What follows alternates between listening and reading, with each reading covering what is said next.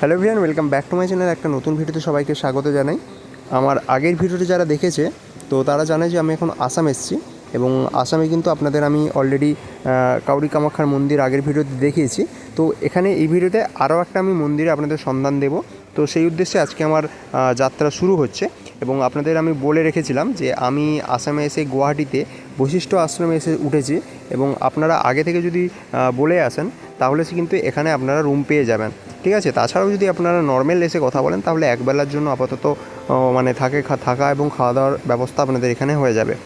তো এখন আমি এই বশিষ্ঠ মুনির আশ্রম থেকে আমি এখন চলছি বালাজি যে টেম্পল রয়েছে সেই বালাজি টেম্পলের উদ্দেশ্যে। এটা কিন্তু আপনাদের নর্থ ইস্ট ইন্ডিয়ার মধ্যে আপনারা এই সাউথের যে কালচার সেটা কিন্তু দেখতে পাবেন, অর্থাৎ সাউথের যে সমস্ত মন্দিরগুলো হয়ে থাকে সেই ধরনের মন্দির কিন্তু আপনারা এখানে দেখতে পাবেন। তো দেখুন, এই যে এখানে এসে দাঁড়িয়েছি ওই রাস্তাটা সোজা একদম গুয়াহাটি পর্যন্ত চলে গেছে, ঠিক আছে। তো এই দিকে আমরা এসেছি, দেখুন এখানে বালাজি মন্দির রয়েছে। তো এখান থেকে বাম দিকে আমরা এখন প্রবেশ করব, এবং প্রবেশ করলেই এখানে এই যে এন্ট্রি গেটটা রয়েছে, তো এখান থেকে আমাদের যে যাত্রাপথ সেটা শুরু হচ্ছে।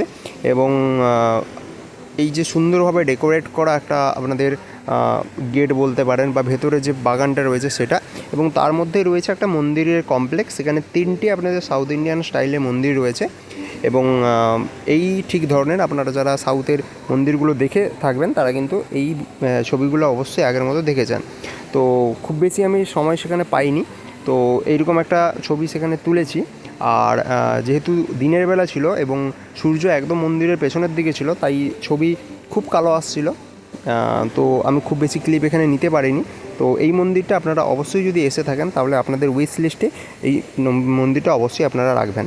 তো আপনাদের আরও নতুন নতুন আপডেট আপনাদের সঙ্গে শেয়ার করব। অবশ্যই চ্যানেলটিকে সাবস্ক্রাইব করে রাখবেন, ভিডিওটি ভালো লাগলে লাইক করবেন। ধন্যবাদ।